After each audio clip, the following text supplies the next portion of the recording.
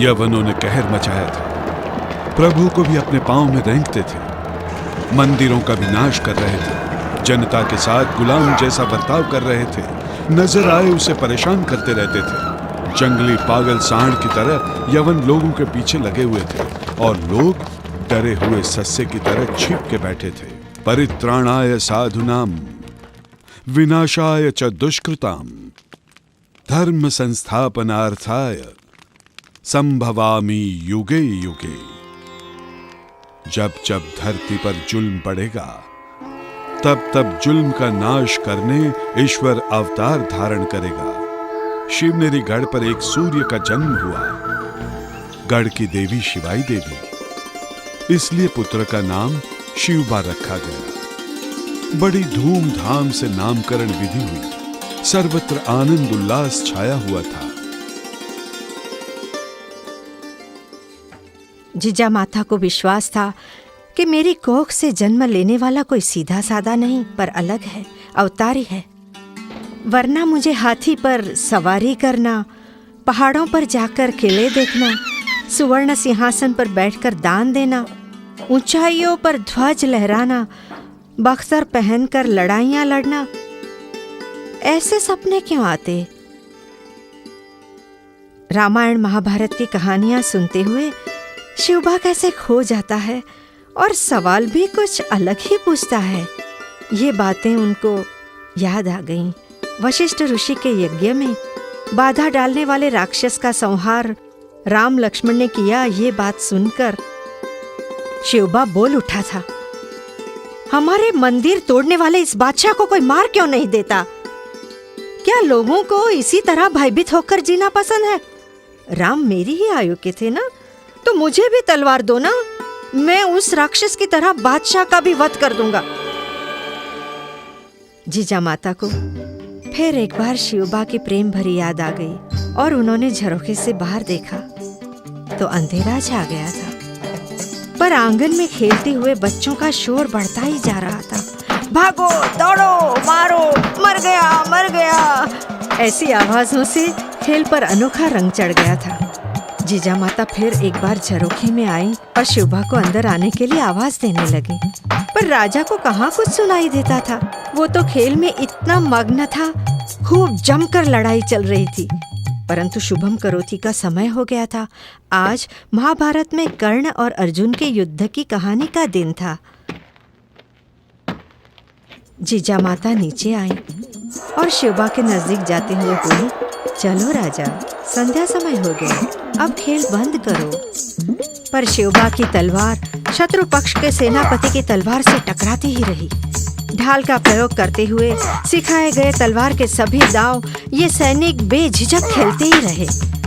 जीजा माता को भी लगा जैसे देखते ही रहे, पर यह विचार सिर्फ पल भर के लिए ही रहा और वे फिर से बोली, चलो राजा, चौकीदार ने मशाल भी जला दी है, अब अंधेरे में ऐसे खेल नहीं खेलते।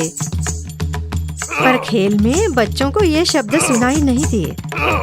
आखिर वे युद्ध के मैदान में घुस गए और शिवबा का उठा हुआ हाथ थामकर बोली, अब बंद भी करते हो या बुलाऊं डरावने बाबा को? ये सुनते ही शिवबा छलांग मारकर मिट्टी के ढेर पर खड़ा हो गया और अपने शरीर के चारों ओर तलवार घुमाते हुए जीजा माता से बोला, हाँ हाँ, बुलाइए उस डरावने बाबा को, एक पल में उसे भी जमीन दोस्त कर दूंगा। छोटे से किले पर जीजा माता ने निर्भीक बाल स्वरूप देखा और मन ही मन बोली, माँ भवानी, मेरी बात सुनो ना, सुनो, अब यह तुम्हारा अर्जुन जरूर महाभारत की रचना करेगा, जैसा तुम और हम चाहते हैं। The butchers punishment. 10 साल का हो गया, पर इस उम्र में भी शिवबा का एक ही लक्ष्य था, और वो था गाय बछड़े और बहु बेटियों के लिए राम राज्य का निर्माण। एक बार ऐसा हुआ, दरबार से शिवबा घर लौट रहे थे।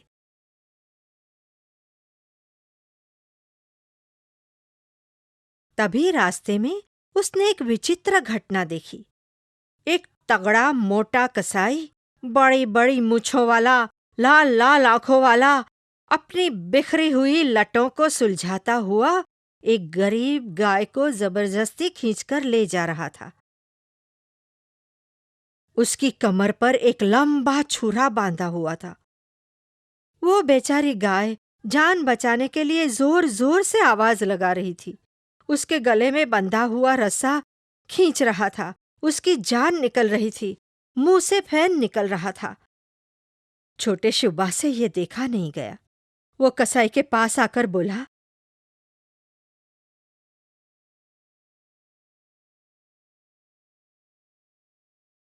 इस गाय को छोड़ दो। यह सुनते ही कसाई ने शिवबा की ओर देखा।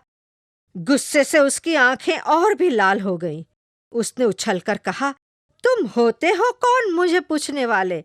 गाय तो हमारा खुराक है। गाय अगर तुम्हारी देवी हो फिर भी हमारा अन्न है। गाय की हत्या किए बिना हमें चैन नहीं मिलता।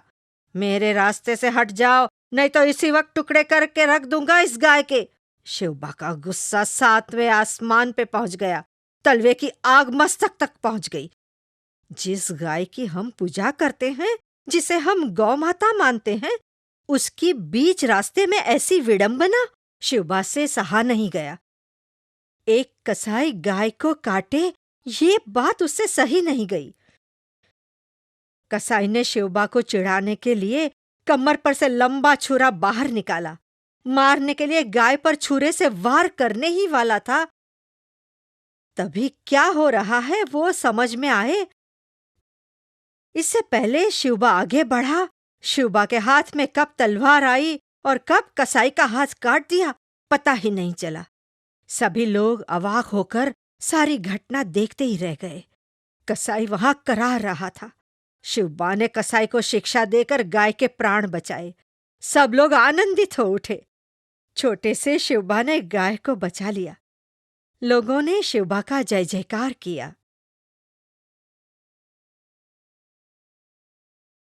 कल्याण का खजाना।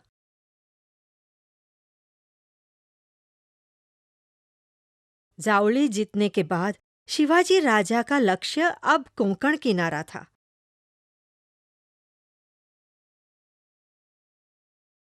कल्याण भिवंडी का प्रदेश समृद्ध था। कल्याण मुख्य ठाणा का ठिकाना था। उसकी बाजार पेट जोरों में थी। व्यापार बहुत ही बड़ा था। ईरान जैसे दूर देश के व्यापारियों का यहाँ आना जाना रहता था। एक बार ऐसा हुआ कि खबरी खबर लेकर आया, बादशाह का खजाना कल्याण होकर विजापुर जा रहा था। सुवर्ण मुद्रा से भरी हुई संदूकें ऊंट पर चढ़ाकर बादशाह के सैनिक जा रहे थे। खजाने की रक्षा के लिए आगे पीछे सशस्त्र फौज और कुशल सरदार थे। ये खबर आबाजी सोनदेव को मिली। वो शिवाजी राजा के शूरवीर सरदार थे। उसने अपने मावड़े वीरों को जमा किया और कहाँ जाना है, क्या करना है, इस बात का किसी को भी अंदाजा नहीं था और कोई इसके बारे में पूछताछ भी नहीं करता था।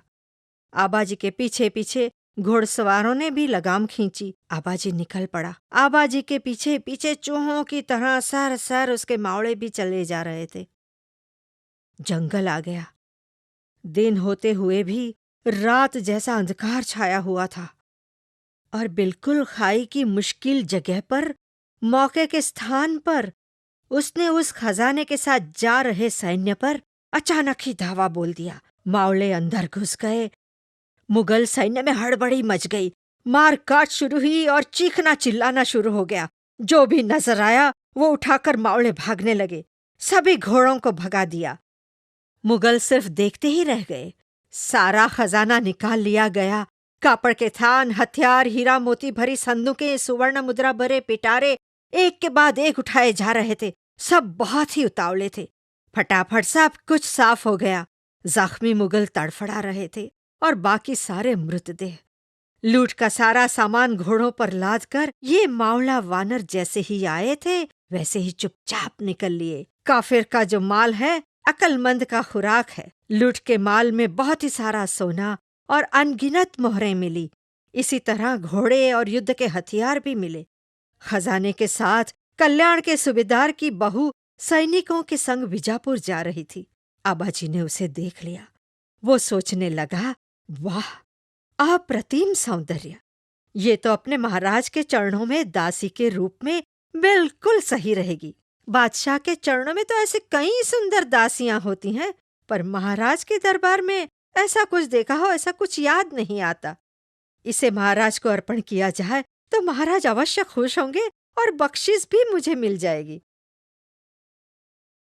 आबाजी ने कल्याण की उस बहू को भी उठा लिया।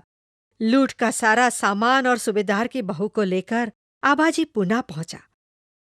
दरबार में उसने लूट का सामान और बहू को पेश किया और महाराज से कहा, महाराज, मैं लूटा हुआ खजाना लाया हूं, उसका आप स्वीकार कीजिए। अब महाराज अपनी क्या तारीफ करते हैं, क्या बख्शीश देते हैं, इस बात का इंतजार वो करने लगा। पर हुआ कुछ अलग ही। कैद करके लाई गई सूबेदार की बहू को देखकर महाराज अत्यंत क्रोधित हो उठे। उन्होंने आबाजी की अच्छी खासी खबर ली और गुस्से से बोले, मुगलों की तरह अगर हम भी परस्त्रियों का अपहरण करने लगे तो उन लोगों में और हम में फर्क ही क्या रहा। अपना राज्य धर्म का राज्य है, न्याय नीति ये अपने राज्य का अधिष्ठान है। धर्म प्रतिपालन और स्त्रियों की रक्षा के लिए हमने स्वराज्य का कंकण बांधा हुआ है। स्त्री, फिर वो मित्र की हो या शत्रु की, उसकी इज्जत की रक्षा करना यही हमारा कर्तव्य है। राजा ने सूबेदार की बहू से कहा, हमारे लोगों ने आपको कष्ट दिया, इसलिए हमें खेद है। आप अति सुंदर हैं। हमारी माँ साहब इतनी सुंदर होती तो हम भी उतने ही सुंदर हुए होते। राजा ने बहू को साड़ी और चोली देकर उसका सम्मान किया और मान सम्मान सह विजापुर पहुंचाया। कल्याण भिवंडी में सागरी सत्ता पर लहराने वाला शिवबा का भगवा झंडा उस क्षेत्र में ये कथा सबको गर्व के साथ सुना रहा था।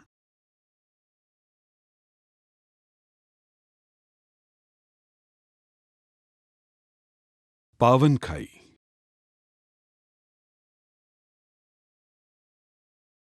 अफजल खान की धज्जियां उड़ा दी गईं। विजापुर के दरबार में मानो खलबली मच गई थी। आदिल शाह गुस्से से लाल पीला हो गया था। उसकी मां बड़ी साहिबा बेहद परेशान हो गई थी, मानो गुस्से से फूली हुई नागिन हो। शिवाजी महाराज का प्रतिकार करने के लिए उसने सिद्दी जौहर को भिजवाया। ये अति क्रूर सरदार था। उसके साथ विशाल सैन्य था। जौहर के सैन्य में 10,000 घुड़सवार और 14,000 का भूमि दल था। सिद्दी जौहर आया तो खेती बाड़ी, मंदिर, घर वगैरह का नाश करता हुआ आया।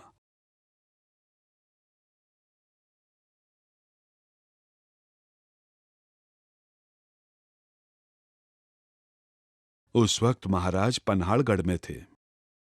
महाराज के पास था मुट्ठी भर सैन्य। सिद्दी जौहर ने आते ही पन्हाड़ा को घेर लिया। किसी अजगर की तरह दबाव डाले वो बैठा था। बारिश के दिन शुरू हो गए थे। जोरों की बारिश हो रही थी। बारिश से परेशान होकर सिद्दी जौहर घेरा उठा लेगा ऐसा महाराज को लग रहा था। पर सिद्दी जौहर घेरा उठाने का नाम ही नहीं ले रहा था। नेताजी पालकर ने घेरा उठवाने का प्रयास तो किया, पर उसे सफलता प्राप्त नहीं हुई। गढ़ पर मदद भिजवाना संभव नहीं था। महाराज गढ़ में फंसे हुए थे। अब क्या किया जाए? महाराज के सामने एक समस्या खड़ी हो गई। यहां से निकले भी तो कैसे? अब महाराज ने शक्ति के बदले युक्ति का प्रयोग करने का तय किया। उनके मन में एक दाव आया। उन्होंने मां भवानी का स्मरण किया और सिद्दी को संदेशा भिजवाया, मुझे क्षमा कर दीजिए, मैं गुनाहगार हूं। शरण में आकर गढ़ आपके हवाले कर रहा हूं। जौहर आनंदित हो उठा। शिवाजी शरण में आ रहा है। जौहर की फौज आनंद से झूम उठी। शिवाजी शरण आ रहे हैं, ये बात सुनते ही पहरा देने वाले सैनिक गाफिल हो गए। रात का समय हुआ। अंधकार छाया हुआ था। ऊपर से जोरदार बारिश हो रही थी। हवा का जोरदार तूफान चल रहा था। बिजली कौंध रही थी।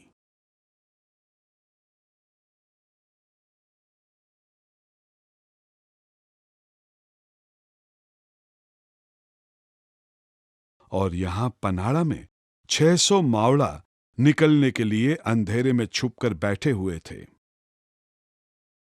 महाराज के साथ थे बाजी प्रभु देशपांडे।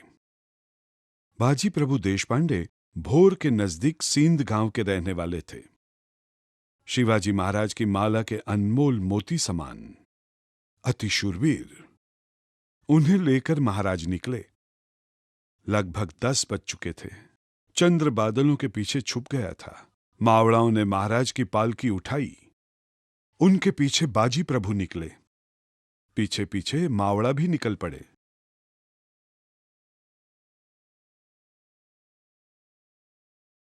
सिद्दी जौहर का सैन्य तो गाफिल ही था।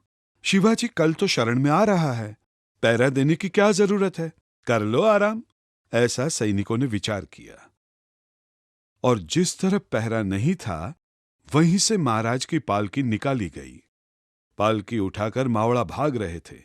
घनी झाड़ियों से छोटे बड़े गड्ढों को पार करते हुए सीधे विशालगढ़ की ओर। इतने में कैसे वैसे सिद्दी जौहर को महाराज के निकल जाने की खबर मिल गई। वो गुस्से से अपने होठ चबाने लगा। परेशान यवन सैनिकों ने महाराज का पीछा किया। इतने में महाराज घोर खाई तक आ पहुंचे थे।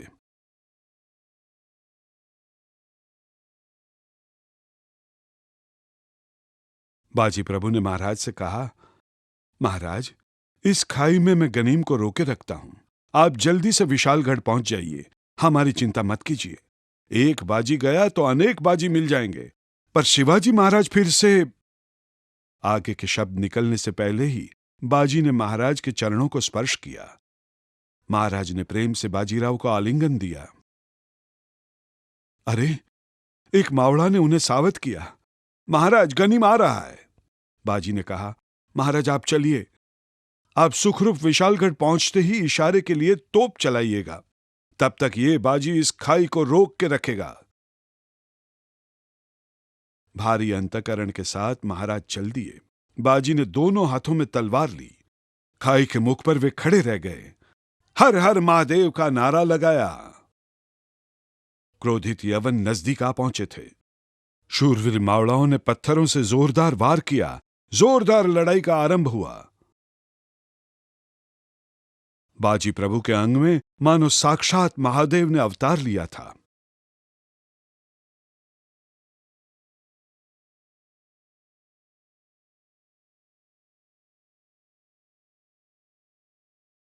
वे दोनों हाथों से तलवार चला रहे थे, एक एक गनीम को गिरा रहे थे। क्रोधित यवन खाई को पार करने की कोशिश में लगे थे, पर बाजी प्रभु किसी खूंटे की तरह खाई को रोक कर खड़े थे। बाजी के कानों पर इंतजार था तोप की आवाज का। तभी बाजी के शरीर पर एक घाव लगा। खून से बाजी का शरीर लथपथ हो गया। पर तोप की आवाज सुने बगैर देह कैसे छोड़ा जा सकता है। महाराज के सुखरूप पहुंचने से पहले प्राण नहीं जा सकते। इसी जिद के साथ वे लड़ रहे थे, एक नहीं, दो नहीं, 7 घंटे तक। इतने में उन्हें तोप की आवाज सुनाई दी। महाराज सुखरूप विशालगढ़ पहुंच गए थे। बाजी की छाती छलनी हो गई थी, फिर भी बाजी प्रभु आनंद में थे। महाराज को मन ही मन मुजरा करके बाजी ने देह त्याग किया। स्वामी कार्य संपूर्ण हुआ था। स्वामी भक्त बाजी के रक्त से भोर खाई पावन हो गई थी। पावन खाई और बाजी प्रभु देशपांडे स्वराज के इतिहास में सदा अमर रहेंगे।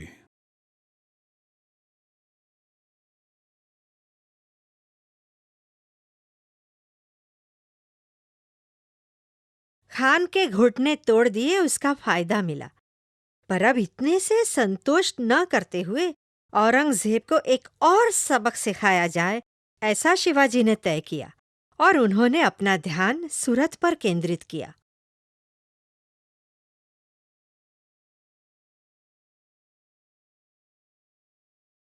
सूरत गुजरात का अति श्रीमंत शहर था। चित्र विचित्र निशान वाले कई जहाज इस बंदर पर लंगर डालते थे। सूरत का व्यापार अच्छा खासा चल रहा था। सूरत यानी मुगल साम्राज्य का वैभव। सेठ साहूकारों की बड़ी बड़ी सुंदर हवेलियां थीं, राजाशाही बाग बगीचे थे।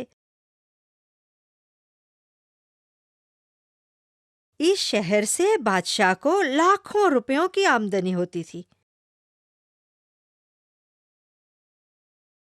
बहिरजी नाइक महाराज के गुप्तचर थे। उन्होंने शहर की अनमोल जानकारी से महाराज को वाकिफ किया।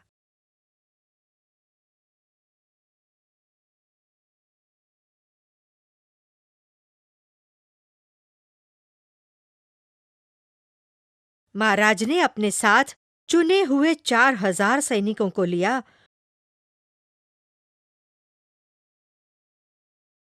महाराज ने अपने दाव का जरा सा भी अंदाजा शत्रु को लगने नहीं दिया। महाराज ने सूरत के नजदीक आकर शहर में प्रवेश किया। सूबेदार को तंबू में बुलाया और खंडणी की मांग की।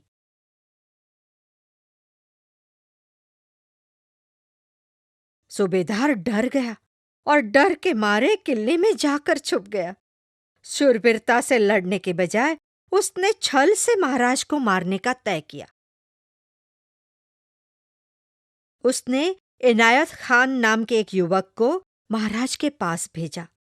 मुद्दे की बात करने के बजाय इनायत खान बेकार की बातें करने लगा।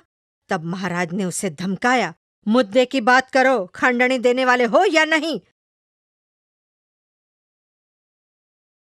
तब इनायत खान ने कहा, मुझे एक खास बात करनी है, सिर्फ आपसे ही। महाराज ने नजदीक आने की अनुमति दी। नजदीक पहुंचते ही इनायत खान ने अपनी कटार निकाली और अचानक ही महाराज पर वार किया। महाराज ने पल में ही हटकर अपने आप को बचा लिया। तब छोटा सा जख्म भी हुआ। तभी महाराज का अंगरक्षक आगे बढ़ा। उसने इनायत खान का हाथ हवा में ही काट डाला। महाराज पर हुए हमले की बात सैन्य में फैल गई। मावड़ा क्रोधित हो उठे। धोखेबाज सूरत का शासन हाथ करने के सिवा और कोई चारा नहीं था। क्रोध से प्रज्वलित मराठाओं ने महाराज से कहा, महाराज हमें अनुमति दीजिए, सूरत को बदसूरत बना देंगे, कुरूप बना देंगे हम। महाराज ने कहा, गरीब जन, स्त्री, बच्चों को परेशान मत करना। मंदिर, मस्जिद, ख्रिस्ती गिरजाघर वगैरह को हाथ मत लगाना। अपना बैर औरंगजेब से है। मावड़ा निकल पड़े। सूरत को आग लगाई गई। छुपाई हुई संपत्ति बाहर निकाली गई। संपत्ति का ढेर जमा हो गया। हीरे, मोती, सोना, चांदी का प्रचंड खजाना लूट में मराठा को मिला। लूट का सारा सामान घोड़ों पर लाद कर महाराज लौट चले। सूरत को अच्छा सबक सिखाया। शहंशाह बादशाह की इज्जत, आबरू, दिल्ली की शान महाराज ने खाक में मिला दी। बादशाह की तो नाक ही कट गई।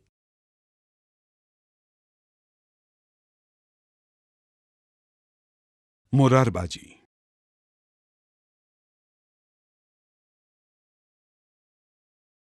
टूटी हुई उंगलियां और स्याही सा काला चेहरा लेकर शाइस्ते खान औरंगजेब के सामने पेश हुआ।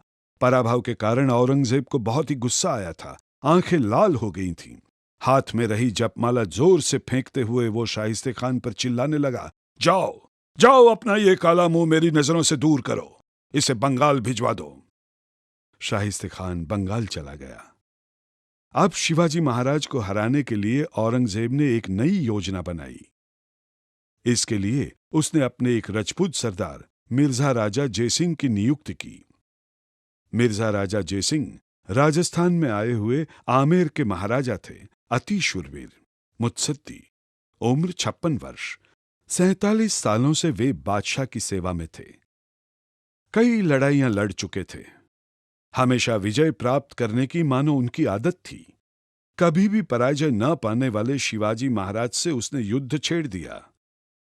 इस बार भी विजय प्राप्त होना ही चाहिए, नहीं तो अपनी सारी यशगाथा पर पानी फिर जाएगा। फिर निश्चय करके महाराज जयसिंह निकल पड़े। उनके साथ दिलेर खान नाम का एक सरदार था। शिवाजी महाराज के स्वराज्य पर संकट के काले बादल छा गए। आते ही दिलेर खान ने पुरंदर किले पर घेराव डाला। पुरंदर किला महाराष्ट्र का एक सुविख्यात किला था। सासवड़ के ये बहुत ही करीब था। यहीं पर संभाजी राजा का जन्म हुआ था। इस किले के किलेदार थे मोरारबा। दिलेर खान की तोपों ने गढ़ को निशान बनाया था। इसके कारण गढ़ का बुर्ज टूटकर गिर रहा था। मुरारबाजी बुर्ज पर खड़े रहकर देख रहे थे। गढ़ के नीचे दिलेर खान की तोपें और सैनिकों की छावनियां दिखाई दी। उन्होंने अपने मावड़ाओं को एकत्रित किया और कहा, हमें इन तोपों को बेकार बना देना चाहिए।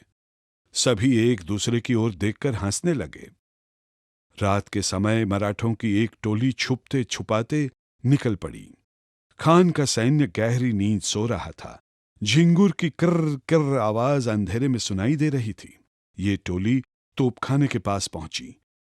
तोपों के छिद्रों में कीले ठोक दिए और हर हर महादेव के नारे लगाते हुए खान के सैन्य में घुस गए। खान का सैन्य जागृत होकर अपने कपड़े संभाले तब तक तो 100-200 सैनिकों का संहार करके अंधकार में गायब हो गए। आंखें मलते हुए हाथ में तलवार उठाएं तब तक तो सब गढ़ में पहुंच गए थे। दूसरे दिन तोपों का निशाना साधते हुए दिलेर खान के सैनिकों ने तोप में बारूद भर दिया। धड़ाम सी आवाज हुई और जगह पर ही तोप चली। तोप चलाने वालों के चेहरे काले हो गए। ऊपर से ऐसा हाल देखकर मोरारबाजी और उनके सैनिक हंसने लगे। अब दिलेर खान का गुस्सा बेकाबू हो गया। जोरदार हल्ला करने के लिए एक साथ 5000 पठानों को भिजवाया। इस हमले को मोरारबाजी ने देखा, पर वे घबराए नहीं। सिर्फ 700 मावड़ों को लेकर वे किले से निकले। दोनों हाथों में तलवार उठाई। सुबह के प्रकाश में धाड़ धाड़ तलवारें चमक रही थीं, मानो अग्नि की ज्वालाएं। हर हर महादेव के नारे लगाते हुए किसी आग के गोले की तरह मावड़े और मोरारबाजी पठानों पर टूट पड़े। भयानक युद्ध का आरंभ हो गया। पेड़ कटकर गिरते हों इस तरह पठानों का संहार हो रहा था। मोरारबाजी की तलवार किसी चक्र की तरह घूम रही थी। शंकर के तांडव की तरह मोरारबाजी शत्रु के सैन्य में घूम रहे थे। उनके हर घाव पर शत्रु का सर कट रहा था। दिलावर खान ने यह आवेश देखा और जगह पर ही थम गया। मोरारबाजी का शौर्य वो आश्चर्य के साथ देख रहा था। उसने कहा, ए बहादुर, तुम्हारी बहादुरी देखकर मैं निहायत खुश हुआ हूं। तुम हमारे साथ चलो। तुम्हारे शौर्य की मैं कीमत करूंगा, बड़ी जागीर भी दूंगा। मोरारबाजी ने गुस्से से कहा, शिवाजी महाराज की चाकरी के सामने मुगलों की जागीरी को मैं कचरे जैसी मानता हूं। हम कभी द्रोह नहीं करेंगे। प्राण जाए तो भी ईमान नहीं छोड़ेंगे। ऐसा कहते हुए खान पर हल्ला किया। फिर एक बार तलवार घूमने लगी, पर खान ने तीर चलाया। तीर का घाव लगते ही मोरारबाजी गिर पड़े। लड़ते हुए मोरारबाजी को गिरते देखकर दिलेर खान बोला, या खुदा, ये कैसा सिपाही तुमने पैदा किया। ऐसा शौर्य देखकर खान वाकई दंग रह गया। स्वराज्य के खातिर एक और वीर ने अपना बलिदान दिया।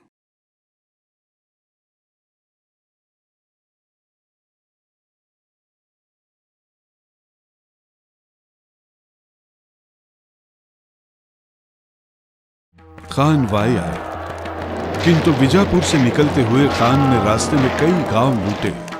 कई निरपराध लोगों को उसने ठार मारा, मंदिरों का नाश किया। उसके बाद ही वो वाई पहुंचा। खान के द्वारा फैलाए गए अत्याचार की बातें शिवाजी महाराज के कानों तक पहुंची। तब वे प्रतापगढ़ में थे। राजा की पत्नी सईबाई साहिब बहुत ही बीमार थी। विपत्ति के घने बादल गड़गड़ाहट करते हुए छा रहे थे। खबर भयानक थी। यवनों ने तुलजापुर में भवानी की मूर्ति को खंडित किया था। मानकेश्वर का शिवालय तोड़ा था। जबरदस्त आतंक मचाया था। यवनों द्वारा फैलाया हुआ अत्याचार शिवाजी सह नहीं सकते थे। उन्होंने ठान ली अफजल खान का सामना करने की, जिसने अपने पिता को जंजीरों में बांधकर जुलूस निकाला था, जिसने अपने भाई से दगा किया था, जो स्वराज्य की धज्जियां उड़ाने के लिए चारों ओर जुल्म की झड़ियां बरसा रहा था, उसकी इज्जत की धज्जियां नहीं उड़ाई तो मेरा नाम शिवाजी नहीं। उस वक्त रानी सईबाई मृत्युशैया पर थी। उनका ये अंतिम प्रवास राजा से देखा नहीं जाता था, फिर भी मन को मजबूत करके स्वराज्य की रक्षा के लिए उन्होंने जो प्रतिज्ञा की थी उसे पूरा करना ही था। कैसा महान त्याग! शिवाजी राजा का जीवन ही ऐसा था। प्रतिज्ञा अति कठिन थी, और कठिन ना हो तो प्रतिज्ञा क्या। राजा ने खान से मिलने से पहले जीजा माता को वंदन किया। मां साहिब ने मन को मजबूत करते हुए राजा को विदा दी, आशीर्वाद दिए। उन्होंने कहा, शिवबा, विजयी भव, चढ़ती दौलत तुम्हें फले। शिवबा, बुद्धि से काम लेना, संभाजी का ऋण चुकता कर दो। शिवबा, संभाजी का ऋण चुकता कर दो। अफजल खान से बदला लो। शिवाजी राजा प्रतापगढ़ पहुंचे। खान का मकाम बाई में था। खान ने शिवाजी को मुलाकात का संदेशा भिजवाया, पर शिवाजी को पूरा ख्याल था कि खान जरूर उनसे दगा करेगा। वे बहुत ही सावधान थे। उन्होंने चाल चलते हुए खान को कहलवाया कि खान साहब, मैं अत्यंत भयभीत हो गया हूं। मैं आपकी शरण में आ रहा हूं, पर वाई आकर आपसे मिलने की मुझ में हिम्मत नहीं है। इसलिए बेहतर यही होगा कि आप ही प्रतापगढ़ पधारें। शिवबा के मन की बात खान ताड़ नहीं सका। उसे लगा, अपने आप को शूरवीर समझने वाला शिवाजी तो पहाड़ी का चूहा ही निकला। खान ने शिवाजी की बात मंजूर रखी और प्रतापगढ़ जाने का तय किया। शिवाजी ने प्रतापगढ़ पर एक भव्य मंडप बनवाया था। उसे हांडी झुम्मरों से सजाया गया था। गलीचे बिछाए गए थे, मलमल के नक्शीदार पर्दे लगाए गए थे, बड़ा ठाठ रचाया गया था। सवेरा हुआ। राजा ने शंकर की आराधना शुरू की। इस तरफ खान अपनी छावनी में था, भविष्य के यश के रंगों में खो गया था। खान मुलाकात के लिए निकला। खान मुलाकात के शामियाने में पहुंचा। तभी खान की गाफिल फौज के इर्द गिर्द राजा के मावड़ा चारों ओर छुपकर इशारे का इंतजार कर रहे थे। खान को इतनी जल्दी थी कि वो समय से पहले ही आकर खड़ा हो गया। उसे अपने विजय के बारे में कोई शंका नहीं थी। तभी तो वो गलतफहमी में था। शिवाजी महाराज ने बख्तर धारण किया, उस पर वस्त्र धारण किए, सर पर फौलादी शिरछत्र चढ़ाया और उस पर हमेश की तरह पगड़ी बांध ली। बागनख, बिच्छुआ और तलवार ली। श्री के दर्शन करके राजा निकले। पल भर में प्रतापगढ़ का माहौल बदल गया। सब गंभीर हो गए। गढ़ का बंदोबस्त बहुत ही बढ़िया था। खान से मुलाकात होते ही तोप चलाने का इंतजाम राजा ने करके रखा था। हर चीज की राजा ने सावधानी से योजना बनाई थी। राजा निकले। वे शांतिपूर्वक आहिस्ता कदम भरने लगे। उनके साथ 10 अति विश्वासी साथी भी थे, पर वे मुलाकात की जगह से कुछ दूर ही रुकने वाले थे, क्योंकि मुलाकात के करार में ऐसा तय किया गया था। राजा खान की मुलाकात के लिए गढ़ से निकले। सारा प्रतापगढ़ शोक में डूबा हुआ था। कई मावड़ा सैनिक राजा के पास एकत्रित हुए और राजा से कहने लगे, राजे, हमें भी अपने साथ ले जाइए, हमें भी ले जाइए।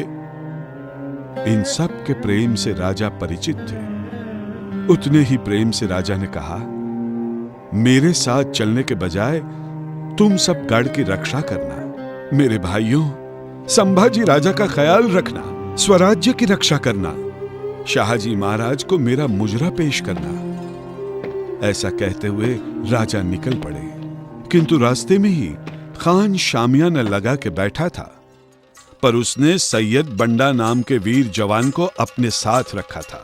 साथ में किसी को भी यहां न लाया जाए, यह भी तय हुआ था। राजा ने खान को संदेशा भिजवाया, खान साहब, सैयद बंडा को दूर कीजिए, क्योंकि मैं अत्यंत भयभीत हूं। खान साहब, आप तो मेरे पिता तुल्य हैं, फिर भी मैं रहा गुनाहगार, इसलिए मुझे बहुत ही डर लग रहा है। खान की तो समझ में ही नहीं आ रहा था कि वो रोए हंसे। राजा के इस शक और डर के कारण खान और भी बेपरवाह हो गया। उसके दिल में तो खुशियां बहने लगी। अब इस बागी शिवा को आसानी से पकड़ सकेंगे, ऐसा वो सोचने लगा। उसने तुरंत ही सैयद बंडा को बाहर जाने का हुक्म दिया। राजा शामियाने में पधारे। तभी खान जरा आगे बढ़ा। उसका चौड़ा सीना देखकर यमदूत की भी धड़कनें तेज हो जाएं। पर शिवाजी राजा शांत थे। टिकटिकी लगाए खान की ओर देख रहे थे। खान को यह बहुत ही स्वाभाविक लगा। अपनी कठोर भाषा और सुल्तानी मिजाज से उसने शिवाजी राजा से कहा, तुम अपने आप को बड़े हिम्मतवान और बहादुर समझते हो क्या? बेअदबी से गलत रास्ते पर क्यों जा रहे हो? बादशाह आदि आदिल शाह, बादशाह कुतुब शाह और मुगल बादशाह के हुक्म को ठुकराकर तुम बेलगाम बर्ताव क्यों कर रहे हो? तुम्हारा अहंकार तोड़कर तुम्हें पाठ सिखाने ही मैं यहां आया हूं। तुम्हारे सभी किले मेरे हवाले करके मेरी शरण में आ जाओ। अपना घमंड छोड़कर इस अफजल खान से मिलो। आओ शिवा आओ, ऐसे डरो मत मुझसे, आओ मेरी बाहों में आ जाओ। बोलते बोलते आलिंगन देने के लिए खान ने अपनी बाहें फैलाई। वो अपनी बाहों में शिवाजी राजा को, स्वराज्य को, मां साहब के पुत्र सुख को और सह्याद्री के दिल को कुचल डालना चाहता था। खान ने पूरी ताकत से आलिंगन दिया। महाकाय खान के सामने राजा बच्चे से लग रहे थे। राजा का मस्तक खान के कंधे तक पहुंच रहा था। अचानक खान ने राजा का सर दबाया। कुछ समझ में आए उसके पहले ही खान ने अपनी कटार निकाली और जोर से उसने वो कटार राजा के पेट में घुसेड़ दी। राजा को कोई असर नहीं पहुंचा, क्योंकि अंदर बख्तर पहना हुआ था। अब खान को राजा की चाल समझ में आई। उसने राजा का गला दबाया, पर खान को जरा सा भी समय न देते हुए राजा ने बड़ी फुर्ती से बिछुआ के दांत खान के पेट में घुसेड़ दिए। खान की अंतड़ियां पेट चीरकर बाहर आ गई। वो जोरों से चीख उठा, या अल्लाह, दगा दगा हुआ है, लहू लहू, दुश्मन ने मेरा कत्ल किया है, मेरा कत्ल किया, पकड़ो उसे, पकड़ो, काट डालो। अपने पेट के जख्म को दोनों हाथों से दबाता हुआ खान चिल्ला रहा था। खान शामियाने से बाहर आया। उसके आदमी तेजी से पालकी लेकर आए। कैसे वैसे खान पालकी पर चढ़ गया। तभी सैयद बंडा शामियाने में आया। उसने राजा पर वार करने के लिए अपनी तलवार उठाई। ये देखते राजा का अंगरक्षक जीवा महाल भाग कर आया। बंडा वार करने ही वाला था, तभी जीवा ने बंडा को ठार मारा। अरे था जीवा तो बचे शिवा, अरे था जीवा तो बचे शिवा।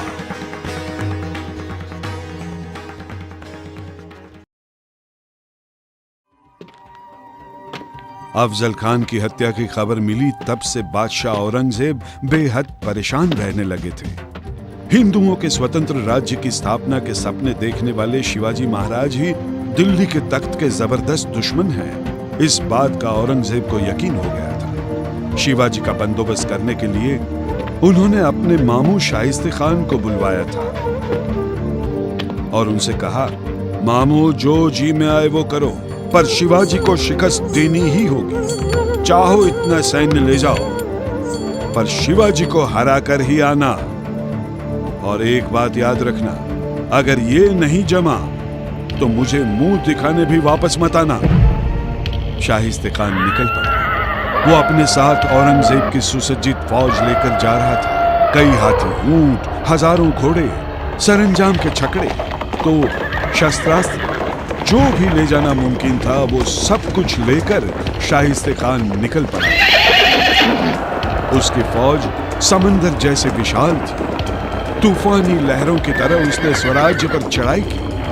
शाइस्ते खान ठीक तरह से जानता था पहाड़ी किलों का सामना करना उसके बस की बात नहीं थी, और जमेगा तो बिल्कुल ही नहीं। अगर शिवाजी से लड़ना हो तो खुले मैदान में, ताकि वो कहीं भी छुप न पाए और हमें फतेह मिलेगी। इसलिए खान पहुंच गया सीधे ही शिवाजी के पुणे के लाल महल में। वहीं उसने डेरा डाला। खान की जबरदस्त फौज के सामने महाराज के मावड़ाओं की कोई चल नहीं सकती थी। अपनी मर्जी से वे हिल भी नहीं सकते थे। खान एक नाग की तरह महल में बैठ गया था। शिवाजी महाराज बड़ी असमंजस में फंस गए थे। खान को पूना से भगाया कैसे जाए, क्योंकि आमने सामने लड़ना तो संभव ही नहीं था। महाराज सोचने लगे। अचानक एक साहसी विचार मन में आया। उसी वक्त महाराज पहुंचे मां साहब के पास। मां साहिब ने पूरे धैर्य से उनकी योजना के बारे में सुना। आंखें बंद करके शिवाजी से कहा, शिवबा, अरे शिवबा, तुम्हारी योजना तो, पर दाव उल्टा पड़ा तो जान का जोखिम है शिवबा। मां साहिब, आपके और मां भवानी के आशीष मेरे साथ हो तो हमारी जान को कोई जोखिम नहीं है। हमें मौत का भी डर नहीं है, इसीलिए तो आपकी परवानगी लेने आया हूं। मां साहिब ने आशीर्वाद दिए।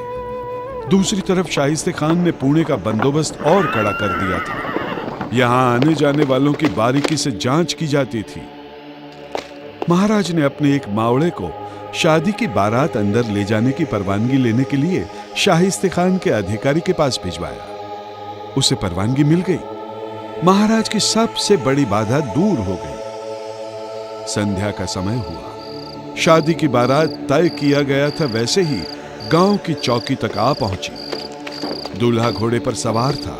उसका चेहरा फूलों की माला से ढका हुआ था। आगे शहनाई के मीठे सूर गूंज रहे थे।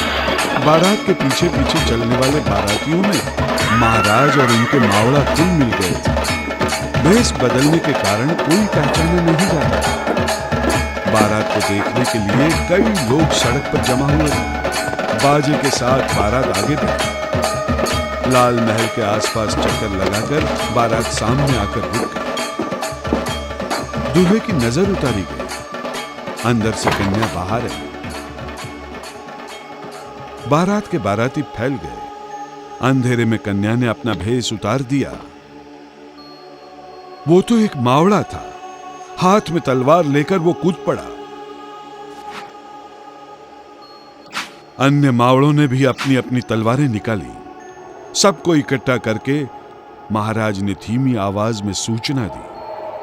महाराज तो लाल महल के कोने कोने से वाकिफ थे। उनका तो बचपन ही यहां बीता था ना। महाराज ने खिड़की से रसोई घर में प्रवेश किया। वहां खानसामा दूसरे दिन के भोजन की तैयारी में लगे हुए थे। महाराज को देखते ही वे डर गए। उन्हें आवाज करने का मौका भी न देते हुए बांध दिए गए। सब खान के शयनखंड में पहुंचे। खान अपने शयनखंड में सो रहा था। बेचारे को तो ख्याल ही नहीं था कि उसके खंड में खुद यमदूत आकर खड़ा है। तभी नीचे से चिल्लाने की आवाजें सुनाई दी। खान की नींद टूट गई। क्या हुआ? ये क्या गड़बड़ है? वो देखने के लिए खिड़की से नीचे देखने लगा। आंगन में खड़े मावड़े उसे दिखाई दिए। शिवाजी के मावड़ों को देखते ही वो चकरा सा गया। या अल्लाह, या अल्लाह, ऐसा चीखने लगा। वो थर थर कांपने लगा। तभी खिड़की से महाराज अंदर आए। महाराज के हाथ में तलवार देखते ही खान ने खिड़की से कूदकर भागने की कोशिश की। तभी महाराज ने वार किया। धड़ से वो घाव खान के दाहिने हाथ पर लगा। खान के हाथ की उंगलियां कट गई। जान बचाने के लिए खान भागकर सीधे पहुंच गया अपने जनान खाने में और बुर्का पहनकर छुप गया। इतने में बुर्के से आवाज आई, हम पर रहम कीजिए, हम पर रहम कीजिए, रहम कीजिए। महाराज ने सवाल किया, कौन है? हम खान साहब की बड़ी बेगम हैं। बुर्के से आवाज आई। महाराज वहीं रुक गए, क्योंकि आवाज तो मर्दाना लगती थी। उन्होंने बारीकी से नजर की, पर बेगम के बुर्के में शाइस्ते खान कांप रहा था। उसकी कपकपी किसी भी तरह रुकती नहीं थी।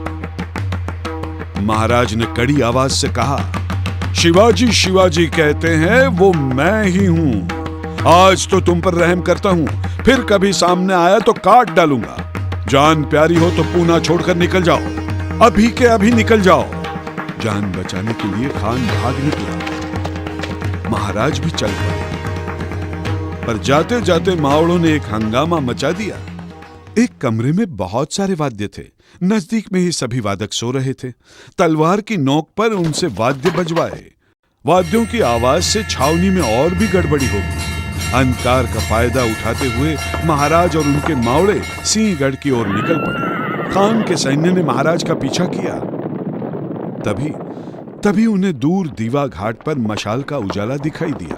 खान के सैनिकों को लगा कि शिवाजी अपने मावड़ों के साथ भाग रहे हैं। वहां पहुंचकर सैनिकों ने देखा तो बैल उनके सींग पर मशालें जलाई गई थी। खान के सैन्य को बेवकूफ बनाया गया था। उन्हें अपनी बेवकूफी का एहसास होने तक तो महाराज सुखरूप सिंहगढ़ पहुंच भी गए थे।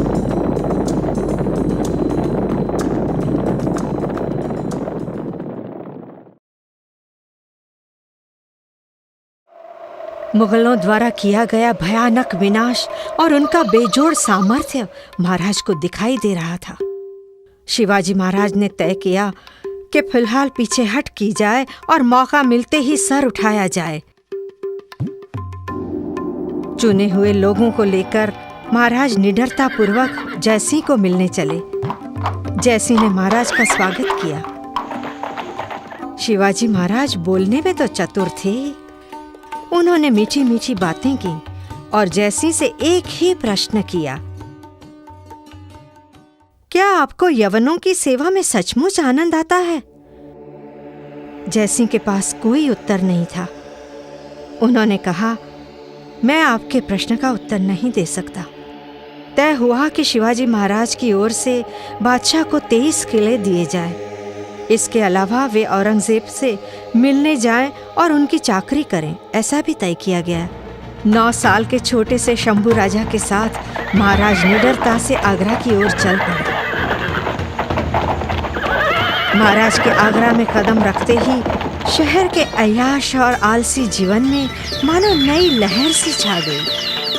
सबको बातचीत का एक नया विषय मिल गया।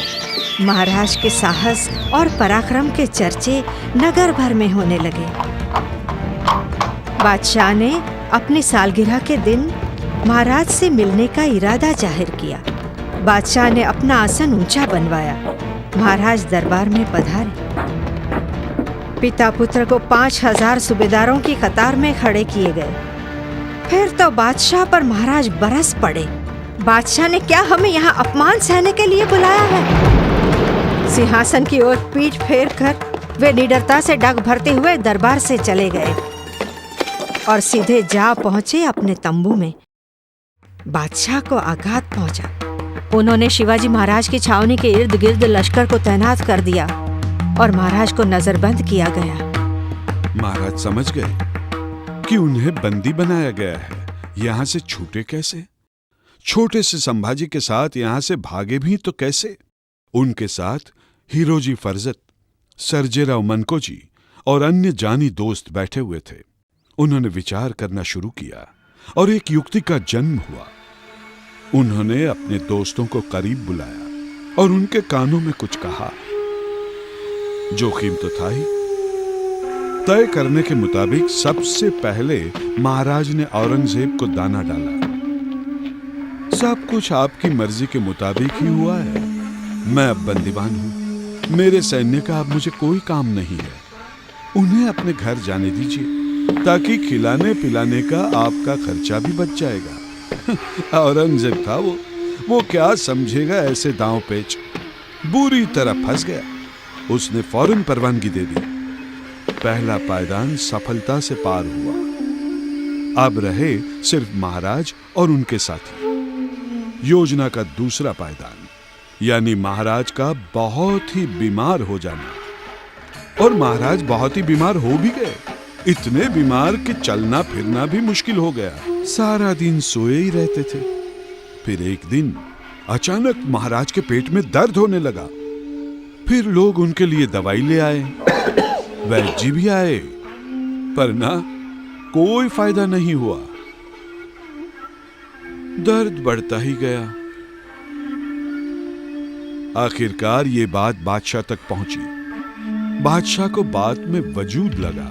पहरेदार मुगल सैनिकों को और उनके सरदार फौलाद खान को भी ये सब सच लगा। महाराज ने बादशाह को कहलवाया, बाबा रे, अब मेरा कोई भरोसा नहीं है। अगर मैं गरीबों, ब्राह्मणों और फकीरों में मिठाई बांटूं तो उनके आशीर्वाद से मेरा दुख कम होगा, ऐसा मुझे लगता है। इसीलिए दान धर्म करने के लिए आप मुझे परवानगी दें। इस पर भी बादशाह राजी हो गया। बड़े बड़े पिटारे मंगवाए गए, उसमें मेवा मिठाई भरे गए और मिठाई भरे पिटारे महाराज के कमरे से जाने लगे। बाहर जाने वाले हर पिटारे की चौकीदार कड़ी जांच करता था और हर बार उसमें से थोड़ी थोड़ी मिठाई पर हाथ भी साफ कर लेता था। इसके कारण चौकीदार तो बेहद खुश थे। रोज मिठाइयां जो मिलती थीं, ऐसा हर रोज होने लगा। पिटारे की जांच करने का चौकीदारों का उत्साह भी दिन ब दिन कम होता गया। इसी तरह एक दिन और पिटारे आए। इनमें से 2 खाली छोड़कर बाकी में मिठाई भर दी गई। सबके चेहरे पर चिंता की लहर दिखाई दे रही थी। सीने में धक धक हो रहा था। महाराज ने हीरोजी फरजत को अपने पास बुलवाया। अपने हाथ से सोने का कंगन उतारकर उसे पहनाया और तुरंत ही महाराज एक पिटारे के अंदर बैठ गए। हीरोजी जाकर महाराज के स्थान पर सो गया। दूसरे पिटारे में संभाजी बैठ गए। सभी पिटारे कर्र कर्र ऐसी आवाज करते हुए बाहर निकल गए। हमेश की तरह चौकीदारों ने पिटारे रोक लिए। 1-2 पिटारे खोले और हुक्म दिया, जाओ। गांव से निकलने के बाद पिटारे खोले गए। शिवाजी और संभाजी अंदर से बाहर निकले। साथियों ने घोड़े तैयारी रखे थे। सभी घोड़ों पर सवार होकर सीधे निकल पड़े महाराष्ट्र की ओर। इस तरफ तो कमाल ही हो गया। फौलाद खान और उसके चौकीदार महाराज के कमरे में झांक रहे थे। हीरोजी फरजत खाट पर सोए हुए थे और एक आदमी उनके पैर दबा रहा था। उन्हें देखकर फौलाद खान को लगा कि महाराज सो रहे हैं। कुछ देर के बाद वो उठ गया और अपनी सोने की जगह पर गद्दी और तकिए लगाए, ऊपर चद्दर डाल दी ताकि देखने वाले को लगे कि महाराज सो रहे हैं। दोनों कमरे से बाहर आए। पहरेगिर ने उन्हें रोका और पूछा, कहां जा रहे हो? उन्होंने बिना झिझक के जवाब दिया, महाराज के सर में दर्द है, दवाई लेकर आ रहे हैं। ऐसा कहकर दोनों अंधेरे में गायब हो गए। दूसरे दिन चौकीदार अंदर देखने आए तो क्या, अंदर तो कोई नहीं है, कमरा खाली है। चौकीदारों ने जैसे ही चद्दर उठाई तो उनके होश उड़ गए। महाराज की जगह गद्दी और तकिए। फौलाद के हाल तो पूछिए ही मत। वो तो हक्का बक्का सा रह गया। पागल होना ही बाकी था। वो तो मानने को तैयार ही नहीं था कि शिवाजी आंखों में धूल झोंक कर भाग गए। अरे पर कैसे? इतना कड़ा पहरा फिर भी गायब। उड़ गए या हवा निकल गई? या अल्लाह, या अल्लाह, अब मेरा क्या होगा? औरंगजेब को कहें तो भी कैसे? कल्पना मात्र से उसे चक्कर आ गए। औरंगजेब को जब पूरी हकीकत का पता चला तो उसे जबरदस्त झटका लगा। नामुमकिन मुमकिन कैसे बना? शिवाजी, शिवाजी, ये किस जादू का नाम है? शिवाजी के नाम से ही वो चौंक उठा। बेचारा औरंगजेब करने गया एक और हो गया कुछ और ही।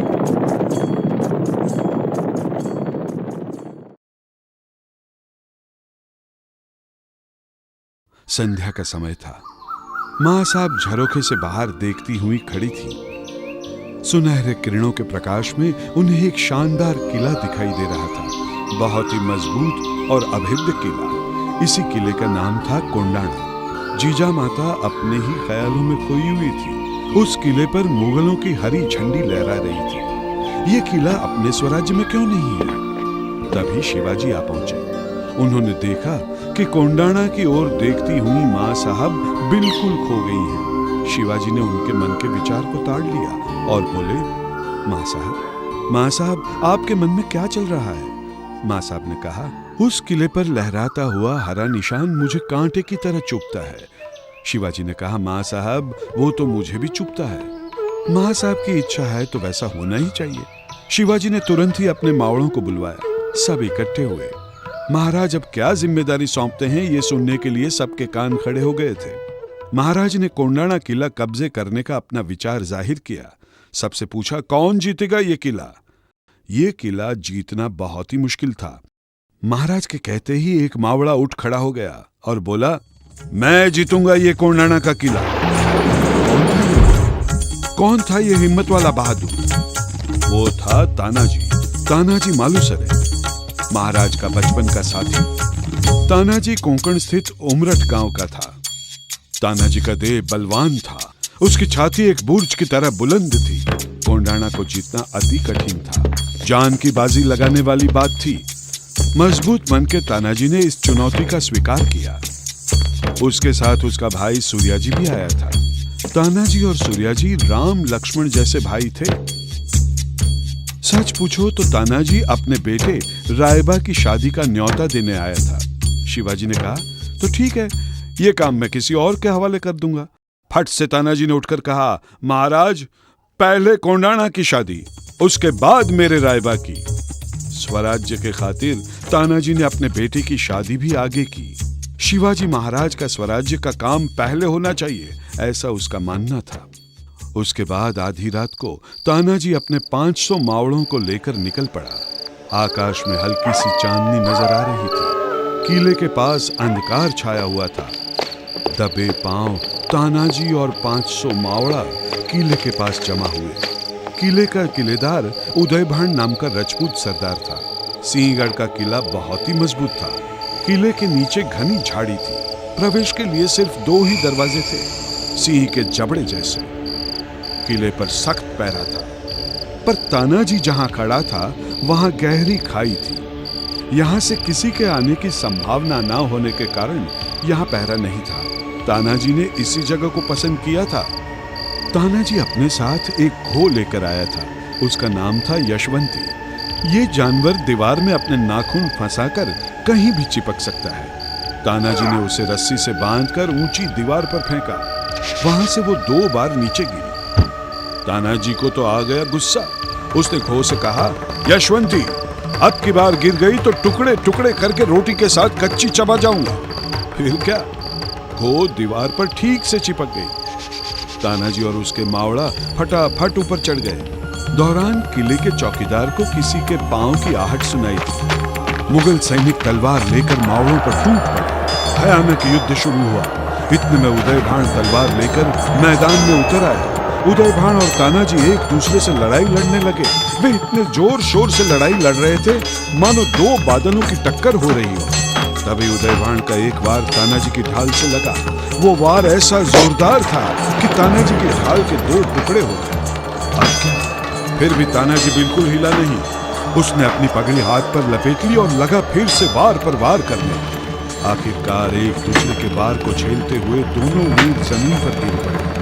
तानाजी को गिरते हुए देखकर मावड़ा डर के मारे वहां से भाग निकला। सूर्याजी ये देखकर भागता हुआ पहुंच गया दीवार की ओर। जिस रस्सी के सहारे मावड़ा चढ़कर ऊपर आए थे, उसने उसी रस्सी को काट दिया।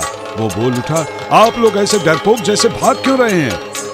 अब महाराज को क्या अपना ये पराजित काला मुंह दिखाएंगे? किले को जीत कर दिखाओ। अगर अपनी माँ का दूध पिया हो तो लौट कर वापस जाओ। दुगुने जोश से मावड़े वापस आए। सूर्याजी के शब्दों ने उनकी रगों में नया जुस्सा भर दिया था। वे पूरी ताकत से लड़ने में जुट गए। ये हाल देखते ही मुगल डर के मारे भागने लगे और मावड़े विजयी हुए। शिवाजी महाराज अपने महल में खड़े कोंडाणा की ओर देख रहे थे। तभी महाराज को किले पर से आग की ज्वालाएं नजर आई। महाराज समझ गए कि किला स्वराज्य में शामिल हो गया, क्योंकि यही निशान तय किया गया था, जैसे किले पर जीत प्राप्त हो वहां ज्वाला प्रगटाई जाए। दूसरे दिन विजय की खुशखबरी देने सूर्याजी महल में आया, पर उसके साथ तानाजी नहीं था। अधीर होते हुए महाराज ने पूछा, कहाँ है मेरा तानाजी? सूर्याजी की आंखें भर आईं। वो बोला, महाराज, शत्रुओं से लड़ते लड़ते अपना तानाजी स्वर्ग की राह चल पड़ा। महाराज को बड़ा ही सदमा पहुंचा। उन्हें कुछ समझ में नहीं आ रहा था। शिवाजी बोले, अरे मेरा तानाजी गया, गढ़ आया पर सिंह गया।